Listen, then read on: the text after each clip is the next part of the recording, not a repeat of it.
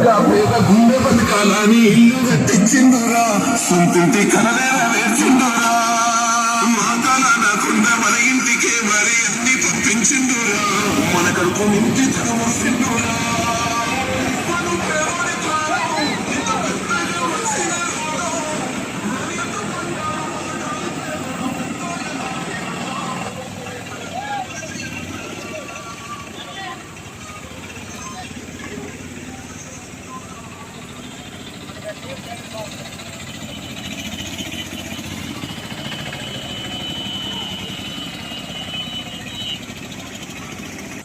ఇట్రా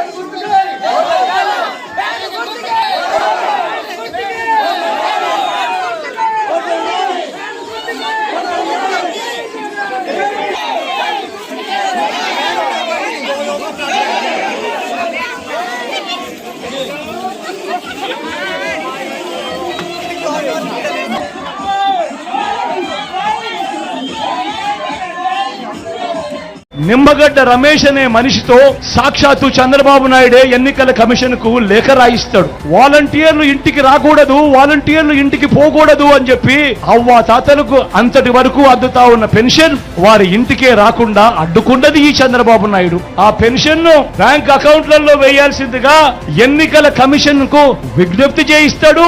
ఆ ఎన్నికల కమిషన్ చేత ఉత్తర్వులు కూడా ఇప్పిస్తాడు ఈ పెద్ద మనిషి చంద్రబాబు నాయుడు. మళ్ళీ ఆ అవ్వ తాతలు చంద్రబాబు నాయుడును తిట్టకుండా తిడతా పోతా ఉంటే మళ్ళీ ఆ నెపాన్ని కూడా మళ్ళీ మీ బిడ్డ మీదరే వేస్తాడు ఈ పెద్ద మనిషి చంద్రబాబు నాయుడు. అవన్నీ కూడా ఏదైతే ఆన్ గోయింగ్ స్కీమ్స్ ఏవైతే ఉన్నాయో అవి ఆన్ గోయింగ్ స్కీమ్స్ అయినప్పటికీ కూడా ఎన్నికల కమిషన్ కు మీద వీళ్ళు ఒత్తిడి తీసుకొని వచ్చి ఆ అక్క చెల్లెమ్మల ఖాతాలకు పోవాల్సిన డబ్బులు కూడా దిక్కుమాలిన చంద్రబాబు నాయుడు ఆపుతున్నాడు అనంటే ఇంతకన్నా దుర్మార్గం ఎక్కడైనా ఉంటుందా అని అడుగుతా ఉన్నాడు మీ బిడ్డ. ఒక రాజకీయ పార్టీగా తెలుగుదేశం పార్టీ మేనిఫెస్టో విడుదల చేసే హక్కు వాళ్ళకు ఉంది. అయితే ఈ రాష్ట్రంలో అధికారంలో ఉన్న పార్టీ కదా, గతంలో కూడా 2014 నుంచి 19 వరకు 2014 నుంచి 19 వరకు అధికారంలో తెలుగుదేశం పార్టీ వాళ్ళు మేనిఫెస్టోను మీరు నెరవేర్చారా? ఉదాహరణకు వాళ్ళు చెప్పారు ఇప్పుడు 20,000 రూపాయలు ఏదో రైతులకు ఇస్తామని చెప్పారు. మరి మీరు గతంలో కూడా రైతులకు మొత్తం రుణమాఫీ చేస్తాము 80,000 కోట్ల రూపాయలని మీరు 14,000 కోట్ల రూపాయలు కూడా ఇవ్వలేక రైతులకు 4 సంవత్సరాలుగా 5 సంవత్సరాలు మీరు డిఫాల్టర్ అయ్యారు రైతులు.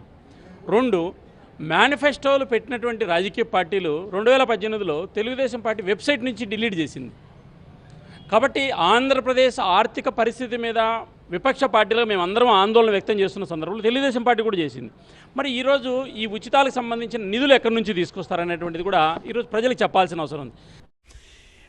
ఈవరకే బ్యాంక్ అకౌంట్స్ ఉన్న లబ్ధిదారులు ఎవరైతే ఉన్నారో ఈ పెన్షన్స్ డబ్బు ఏదైతే ఉంటుందో నేరుగా వారి ఖాతాలకి జమ చేయండి.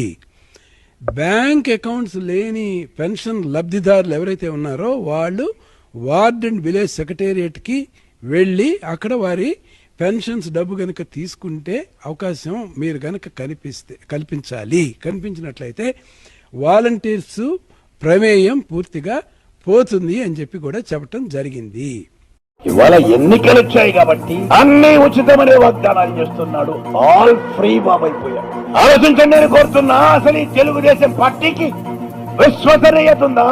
వెనకడికేవాడు చంద్రబాబు నాయుడు లాంటి వాడు ఉన్నాడట.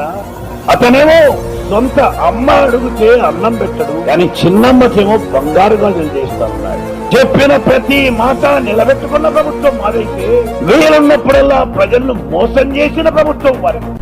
నేను చెప్పేది ఒకటి, ప్రజలు మిమ్మల్ని నమ్మి మీకు ఓట్లు వేస్తే ముఖ్యమైన హామీలు అని అంటూ మీరు చెప్పిన వీటి పరిస్థితుల్లో కనీసం ఇందులో ఒక్కటంటే ఒక్క హామీ అయినా నెరవేర్చారు.